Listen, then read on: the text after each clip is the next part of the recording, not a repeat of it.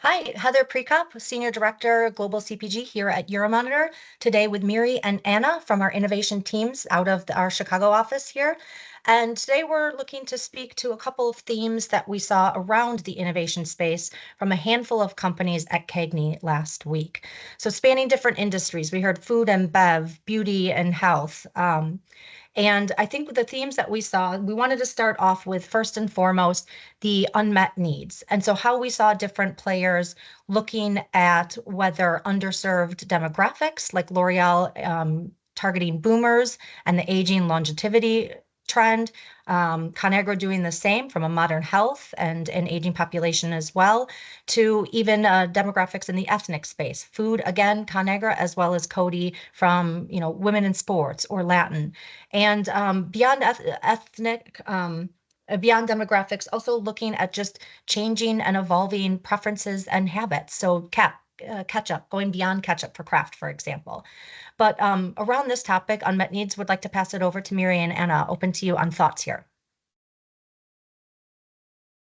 Yeah, absolutely. I think you listed a lot of great examples that we also saw from all of the presentations. And I think one of the biggest takeaways for me was kind of this presence of health and wellness being injected across product portfolios and really being a key driver to consumer interest and demand in today's food and beverage space, also in the consumer health space, where all of these different product innovations coming out are really centered around how to be better, how to bring more into the product, how to ultimately drive that consumer value for the consumer with this health and wellness lens.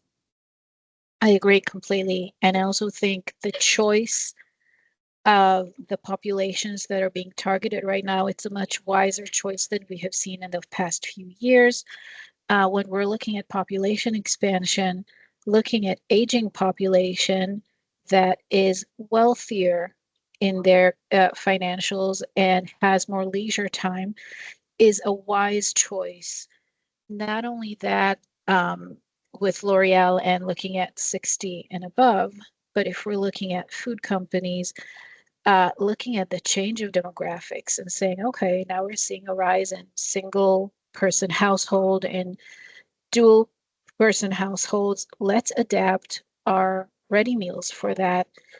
That's an innovation that is functional. That's an innovation that speaks to an audience that wasn't tapped yet and now is being tapped, and they're seeing the growth through it. So looking at all these populations and thinking, how can we reach them, knowing this population can grow earnings, can grow brand loyalty, is a really wise choice compared to a few years ago where these companies were actually going younger and younger, and that was an unsustainable audience for growth.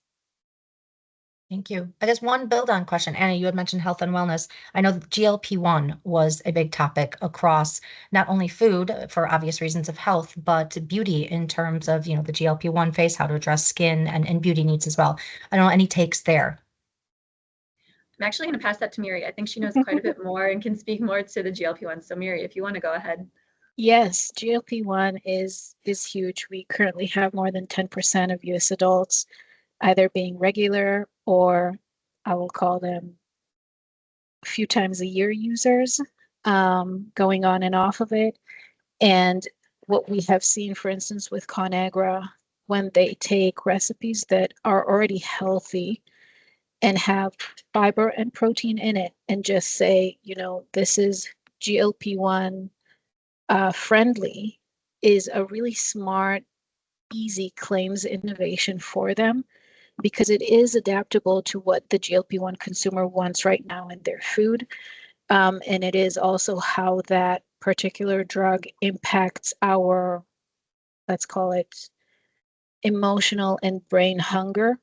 Mm-hmm. You want more protein, you want more fiber, and we will end up seeing it across the board in everything, including the beauty industry. As GLP-1 applications grow, we will see companies adapt to the audience that is on it because for most cases, once you start using GLP-1 drugs, you cannot wean yourself off of it. This is a lifelong drug.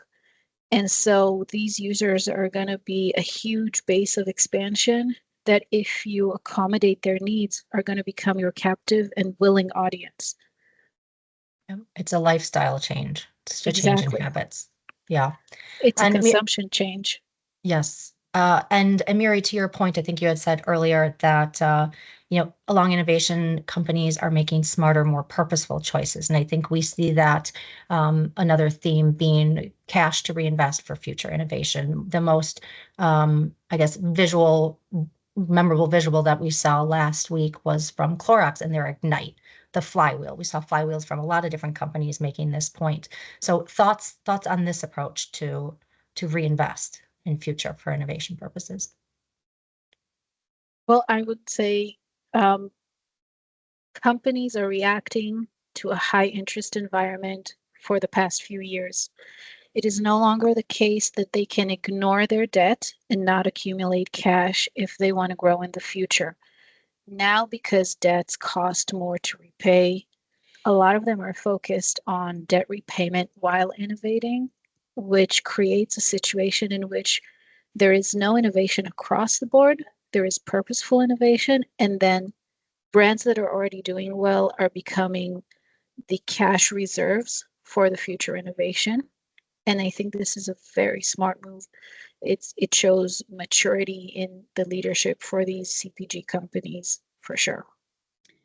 And I think it allows companies to hone in on certain white spaces as well. I think in food and beverage specifically, we saw a lot of talk around snacks, to probably no one's surprise, how snacks is kind of this growing and expanding category across need states, across occasions. So that definitely being a white space for innovation for a lot of these brands who maybe aren't necessarily in that category today, or maybe at a smaller scale, but really looking to reinvest some of their earnings from other categories and populate that into maybe spaces that are growing and have a lot more opportunity, like snacks overall. I think another one was ready meals, actually came up quite a bit in the food and beverage space as being kind of a bright spot for innovation and reinvestment as well. Yeah, I think it was an interesting play by Pepsi that snacks was not mentioned in their presentation. It was convenient foods, which opens it up Mm-hmm. to a larger space that not necessarily seen as just a snack in between meals, but could be anything that is conveniently available for consumption. Yeah, and the Great. brands that did talk about snacking are those that are totally associated with snacking, like Hershey's, I think was one of them. Conagra, obviously they have some snack brands, but we're really hearing that snacking idea coming from historically non-snack positioned brands. Great. Yes. Sorry, Mary, go ahead. Yes, and they're also treating snacks as, if we'll call them micro meals, are the new snacks, which really does open up a new doorway to what consumers need. Again, they're seeing that consumers need small, on the go convenience snacking without perhaps the lack of health halo of snacks, right? So snacks, you think it's sugary or it's savory, but if it's a micro meal, if it's a half sandwich, if it's a convenience food, it could also be healthy and convenient. Absolutely. I think going into our third theme, building a bit on the some structural changes that we're seeing in the industries as relates to innovation, is this approach to external partnerships. And so for P&G, for example, we saw the great idea generation, which really showed kind of that visual of pulling in from external insights and data science, technology. We also saw this from Conagra as well, very similar light bulb slide of pulling in those different partnerships across different other companies. L'Oreal relying on science, and even Crafts with the co-create for different foods, Pepsi as well through licensing and other. And so just, thoughts on this approach to kind of the outside in to gaining insights and inspiration for future innovation. I feel as if the overall theme there is, let's look at our strengths and weaknesses as a company overall, Let's double down on our strengths and outsource our weaknesses. So I think with the exception of some companies like Coca-Cola, I know Colgate, they've also been heavily investing internally in building out AI systems to inspire new product development and things like that. But for the general masses, I think, technology is changing so rapidly. New technologies coming out every day. So in order to keep up with that kind of trend cycle within technology and within their own product categories and portfolios, they've been outsourcing or partnering through joint ventures as well with a lot of companies, PepsiCo being one of them. They invested in a partnership with Instacart, which I think is a very smart move for them because, they might not necessarily be positioned to resource a whole division of their company dedicated to that sort of technology, but hey, let's streamline efficiencies and everything and look to them as a partner for our business to continue that growth.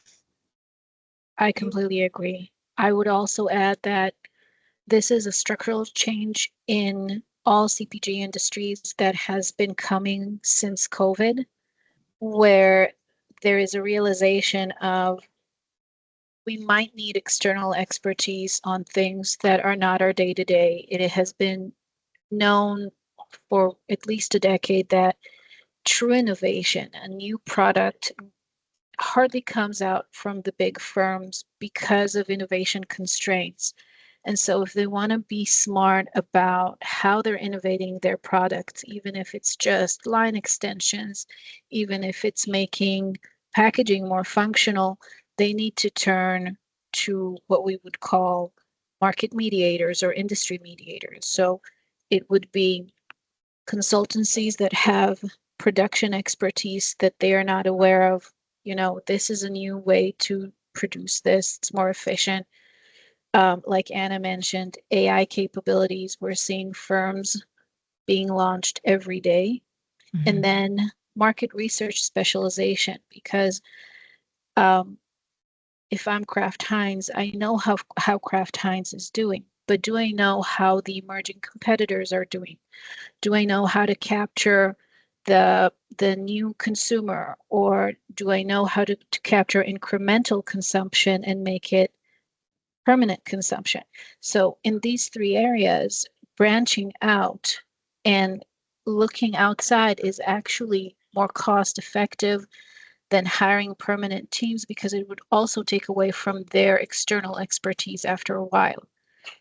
It's a very smart play. It's, again, a structural change that I think we'll see last in the industry for the coming decades even. Right. Thank you. Last question then would just be, I guess, future outlook in general for innovation. So what are some of the key strategies, approaches that you expect companies to be taking? Key trends or themes as well? Largely from the consumer angle, I expect brands to really focus on this idea or general sentiment among consumers related to authenticity. Obviously, that's not necessarily that's something brand new, but I think we're seeing a lot of that surface just given current political, economic, social environments right now where consumers really want to focus on tell me what's real, tell me what's the truth, tell me what is the best for me, and make that a simple and intuitive decision for me to make as a consumer. So I think authenticity is definitely going to be kind of a topic that a lot of brands mentioned. Hershey, Conagra, Coty, Carey, Diageo, all of them mentioned in some way during CAGNY, and I think that's going to continue to be an important aspect in terms of consumer to focus on for the future innovation. Yeah, in our alcohol discussion, we did bring up Banquet as being one of the success stories, brands of the company, and cool and authentic was the tagline. Yep, love it. Makes sense. It makes Miri? sense. I would say we are looking at premiumization of innovation, meaning we will probably have fewer product innovations, but those would be better. They would be more focused on consumer needs. They would be more functional, and they will have a longer lasting impact for these brands. So we might see the next few years in which we won't see every week a new product drop, but the products we will see coming in would be so much more elevated than what we are used to. We're moving from a rapid pace innovation to slower pace, but more purposeful, more thoughtful, because they need to bulk up the bottom line, because they need to keep up those margins, because they need to work in a high interest environment that isn't going away. Great. Premiumization of innovation, fewer and better. Thank you, Miri, and thank you both. Thank you, Anna. And again, I would say for more insights on our innovation, we definitely year on year launch our Global Consumer Trends Report, and something that to follow on through our blog and or for subscribers, our Passport portal. Thank you all. Thank you. Thanks, Heather.